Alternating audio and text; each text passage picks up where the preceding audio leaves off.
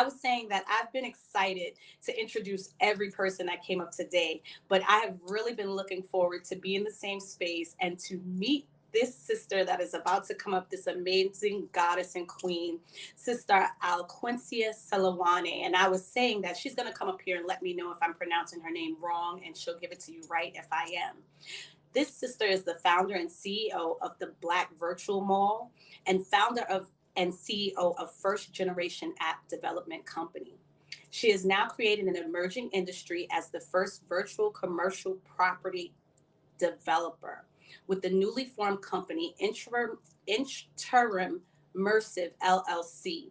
They are the developer of the Black Virtual Mall and most recently the Black Virtual Convention Center. Can you guys imagine? Can you see that? I can't wait until she comes up and blows your mind. Alquincia is most known for providing free, useful business advice to her 177,000 plus Instagram followers aimed at advancing women and minority entrepreneurs. Her efforts were recently recognized by senior contributor Dr. Janice Gassam and earned her a feature in Forbes magazine. Sis, please come up to this stage. Hi, thank you. Oh, thank you so very much. Welcome, welcome. I am honored to pass the stage off to you. I hope that I get to meet you in person out and about this weekend. And I'm going to leave you here to share with the world who you are. Yes, yes. I was here on the side and I was like, you're muted. And so yes, you Thank pronounced that.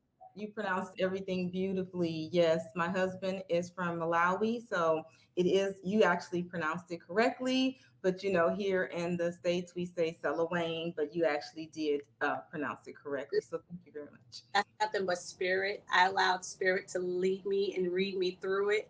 Um, Mm-hmm.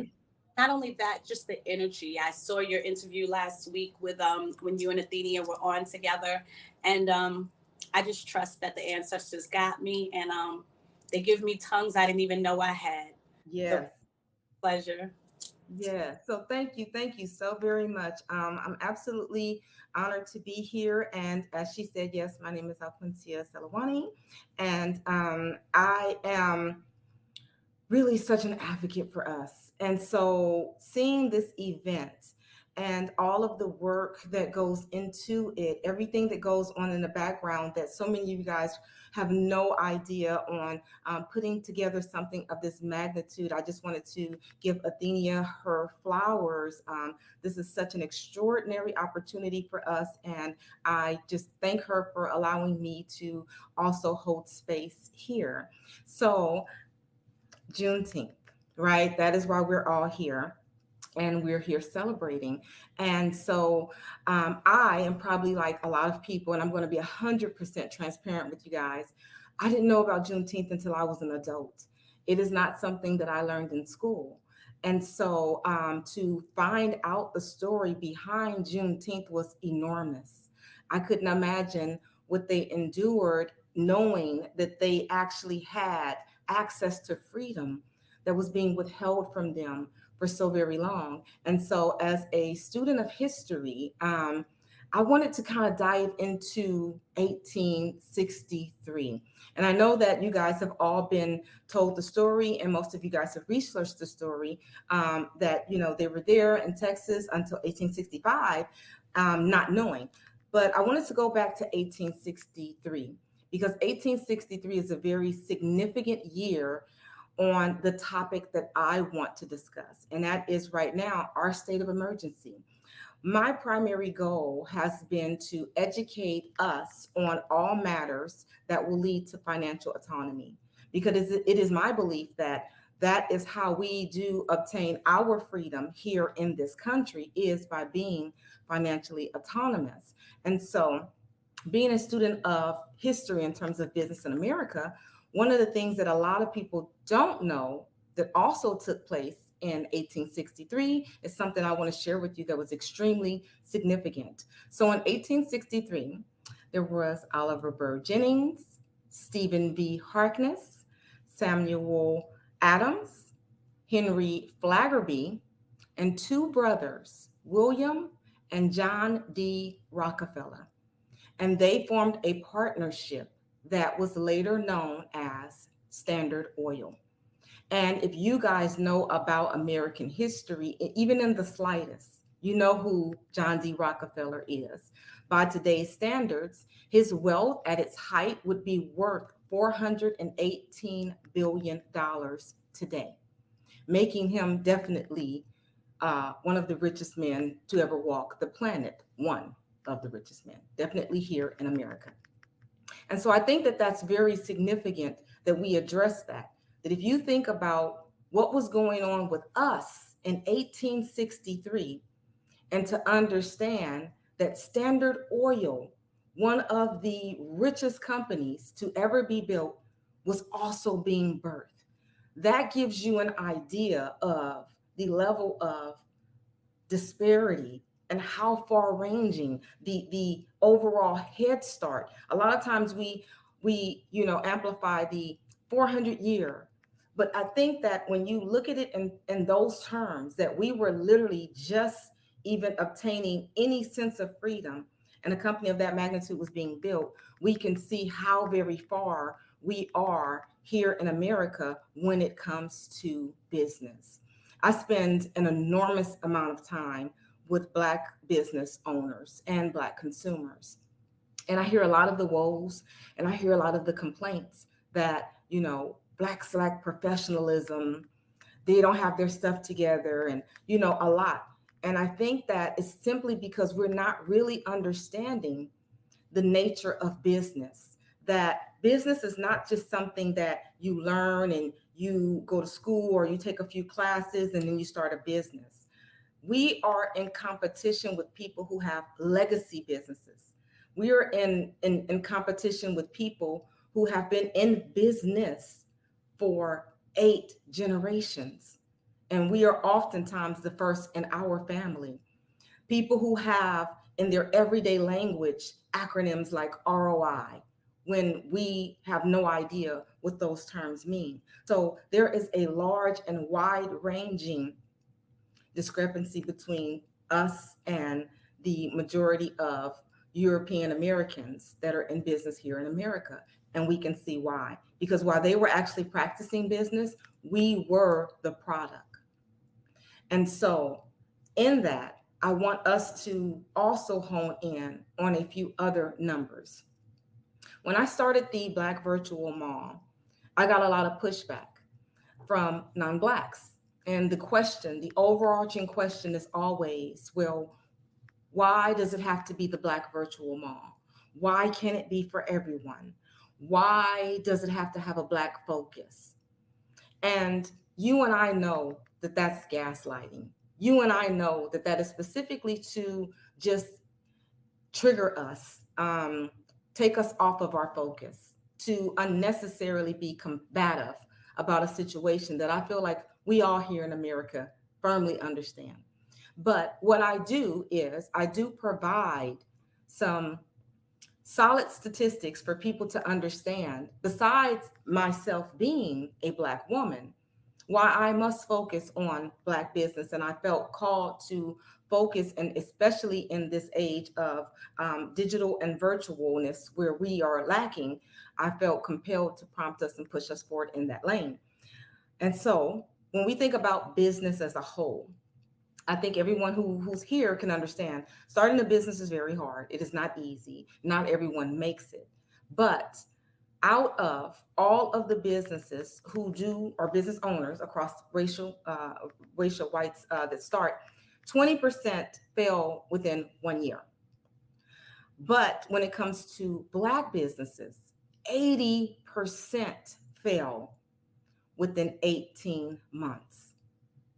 That's huge. So 20% of white-owned businesses that start up, they will fail within 1 year, whereas 80%, the sheer opposite of Black-owned businesses, fail within just 18 months.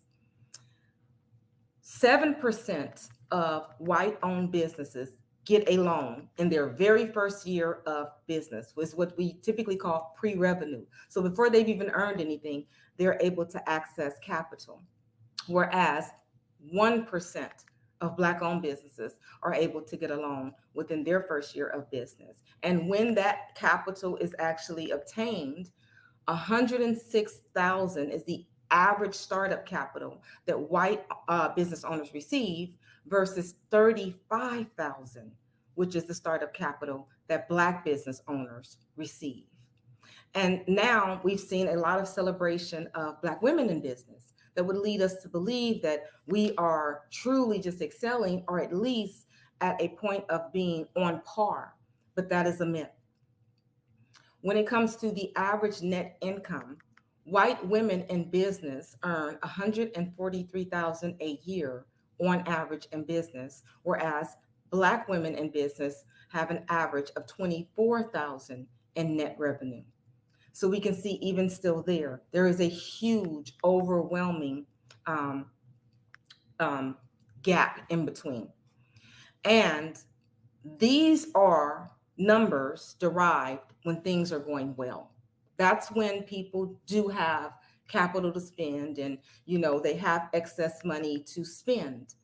And as we all know, when things get bad and they get rough, it gets hard. As they say, if America catches a cold, Black people catch pneumonia.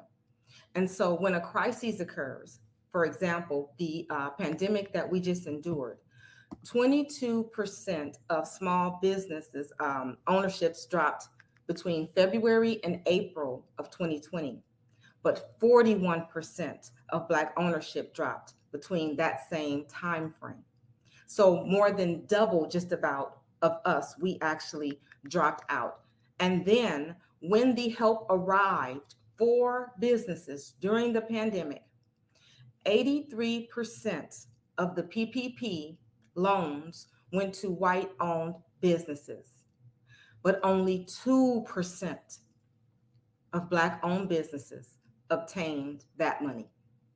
Out of the billions of dollars in aid and relief during the pandemic, 83% of that money went to white owned businesses, 2% went to Black owned businesses. So when people ask me, why does it have to be Black? Why do you have to focus on Black? I think we can very well see why. Because if we are not focusing on us, it's very clear and evident no one else is. And we are heading into an economic situation unlike we've ever seen in modern time, ever, for us. That is akin to not just the recession, but definitely the Great Depression. And so we have to focus. We have to now more than ever really understand our SWOT, which is our strengths, our weaknesses, our opportunities, and our threats. We must assess us as a collective so that we can do what is necessary to survive and even thrive in this next era. And so I want to read from you an excerpt from the History Channel on the Great Depression. And it says, while no group escaped economic devastation of the Great Depression, few suffered more than African Americans. Said to be last hired, first fired, African Americans were the first to see hours and jobs cut, and they experienced the highest unemployment rate during the 1930s. Since they were already relegated to low-paying jobs, African Americans had less of a financial cushion to fall back on when the economy collapsed. African American employment rates doubled or tripled those of whites. A lot of the jobs that we had just started being hired from, coming out of slavery, when they had just started to give us jobs of servitude, which were professions that we were already occupying for free, those were even being taken because it was such a scarcity on the market for jobs. They were being taken and withheld by white people for white people. And then prior to the Great Depression, since we worked in those unskilled jobs after the crash, those entry-level jobs disappeared and were given to whites. And in cities across the North, approximately 25% of white workers were unemployed. Yet in 1932, in Atlanta, nearly 70% of Blacks were unemployed in 1934. In Chicago and Pittsburgh, that number was 50%. And in Philadelphia and Detroit, that number was 60%. and the Great Depression impacted African Americans for decades to come. So, this is what we really fundamentally have to understand.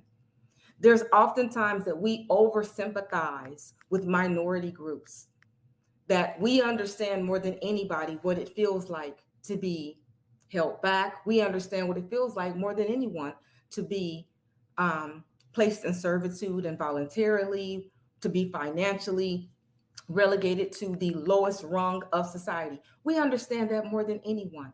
So when it comes to other people, if you've noticed, we typically have very open arms, but that is often not reciprocated. And I want to make it fundamentally clear. I don't blame any other group for looking out for self. I do not.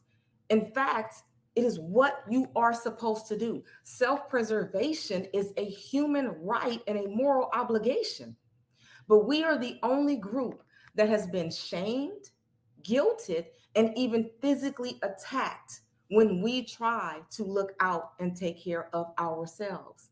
And it is high time that we stop. We have to, because as we can see here, history is bound to repeat itself, and we're still currently living within that reality. And right now, we are exceedingly vulnerable for the reasons that I just educated you on above before, in terms of the gap of where we were fundamentally in terms of business, and of course, even as employees. But this is something that I want to explain, and it's a very hard truth that's been very painful for me to even have to say. But at this point in time, I can no longer hold back. We have to face a very difficult truth because something is coming for us right now. In terms of business, we are at our most vulnerable point right now.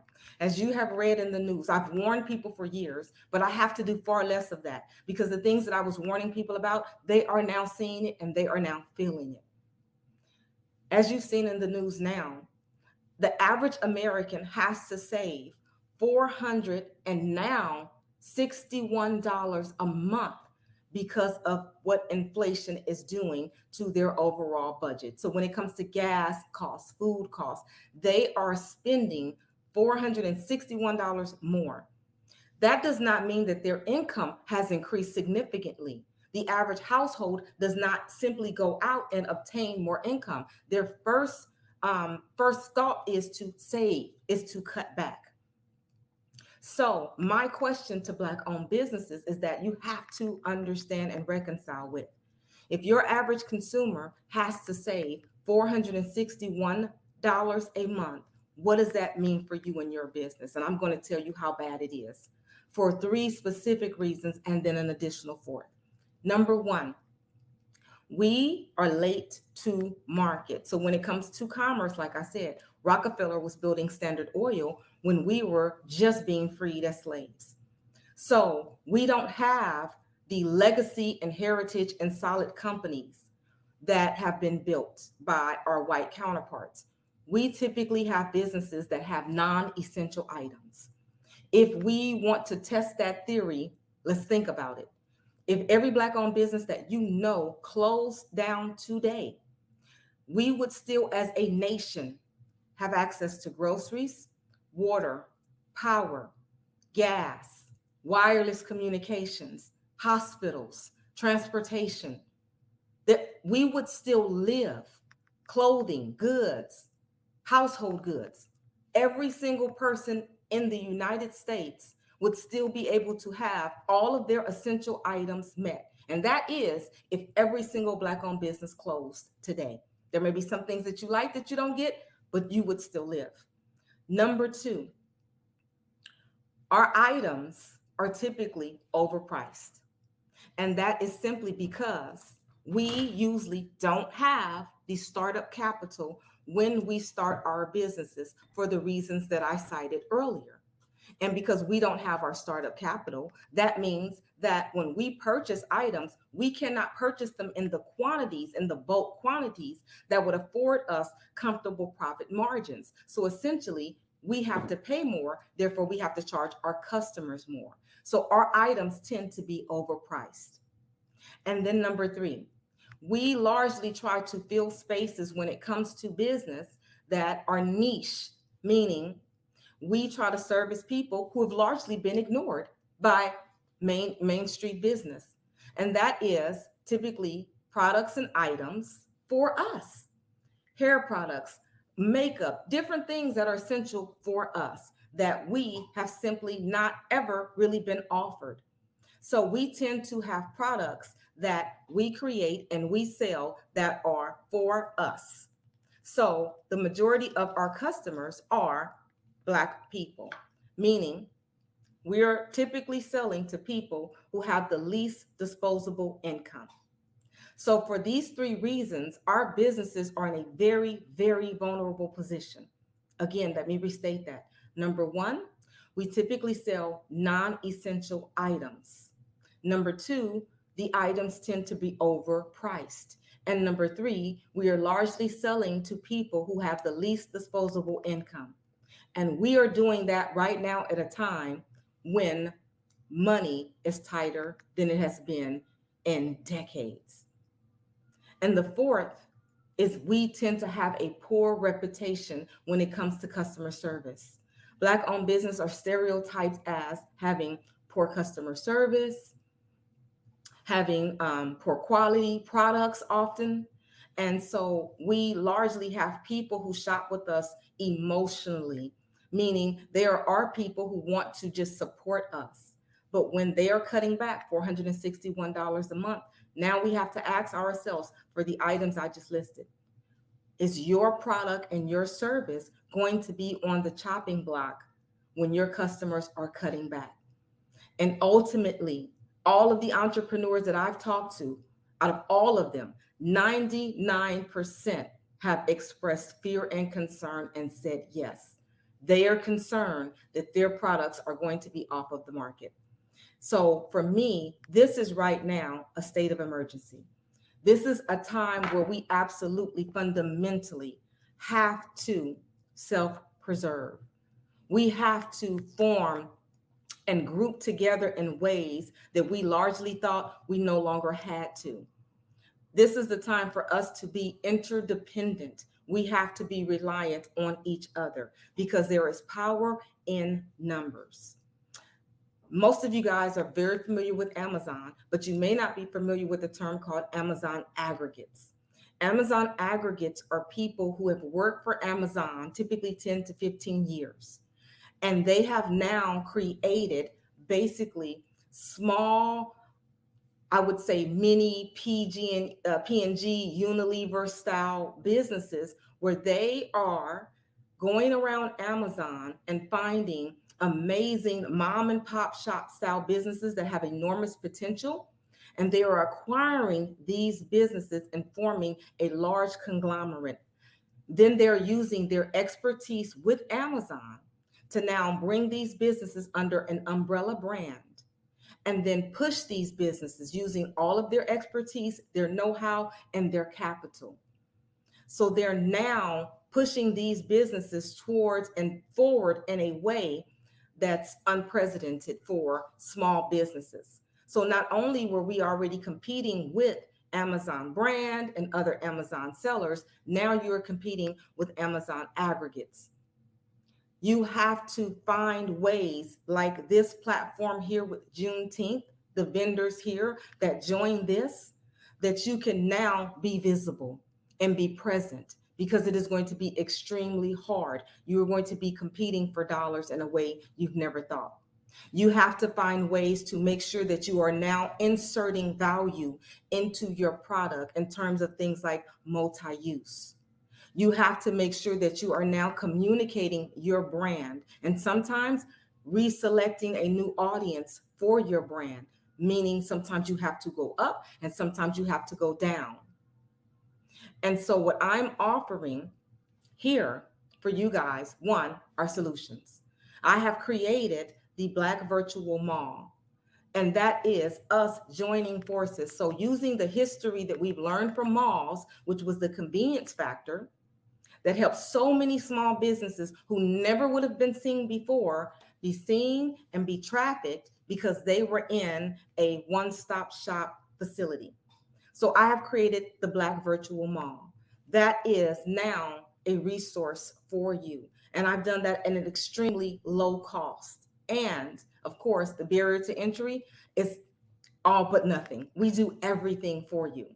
That's one solution. Secondly, I'm hosting a strategy session called Inflation and Your Customers' New Budget: How to Keep Yourself on Their Shopping List. And I'm hosting that webinar this month in the Black Virtual Convention Center. This is a state of emergency, but for those who are listening, I want to offer to you a discount and access to these things that I have not offered to the public at all. You will be able to access everything for half, meaning if you apply and you're accepted into the mall, you will get half on your deposit and half on your first month's rent. If you sign up for the event, you will get half off. But you must sign up at Join the Black Virtual Mall, and I'll put the link in here. You'll see at the top where it says Juneteenth, and you will see an image of me.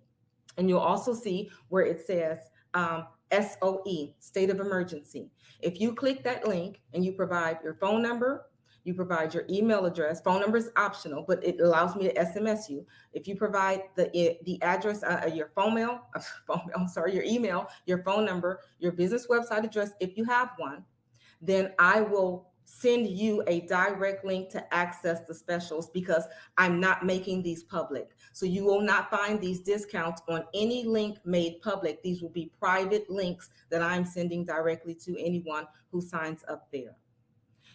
We are in a crisis, and I think that you guys all see it, and I think that you all feel it. But most importantly, I want to leave you with something. In the Great Depression, millionaires were made. Millionaires were made. And we have a key advantage.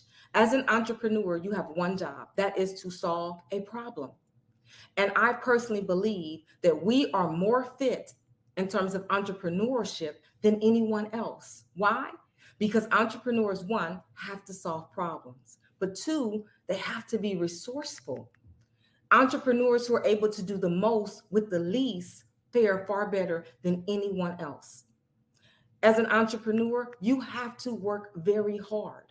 So when you see venture capitalists who often give money to minority and women-owned businesses, it is not because they're just philanthropists at heart, because they know it's a smart decision. They know that minorities tend to work harder than anyone else when given an opportunity. They're the most resourceful. And again, we solve problems like unlike anyone else. So right now, you're about to see people with more problems than you've seen. And there's a common term that we know: more money, more problems. But as an entrepreneur, you have to understand: more problems, more money. So I want to leave you encouraged to know that now it is not just simply doom and gloom. This is actually the opportunity for you to make it and for you to stand out in a way. So if you have an existing business, this is your opportunity. And if you haven't created one, this is your opportunity. So I hope to see you there. I hope that I have offered you some perspective and to understand really the state of emergency that we are in. I bid you well. I thank you for allowing me into your space again. My name is Alquincia Selolwane, also known as Akanundrum. You can find me across all social media as Akanundrum and at akanundrum.com. Whew. This this is exactly why you were our keynote speaker today. Thank you Thank so you. much for all the jewels that you dropped. Thank you so much for the gems that you're offering to the community. And thank you for being our sponsor, allowing us to live in your space of the Black Convention Center. It's history being made, and I just thank you. Folks, now do you see why I was so excited to have this sister come up here? Endless amount of knowledge, and the way you gel knowledge and history together. Thank you. You're so welcome. You are so very welcome. I'm very honored again that you guys would even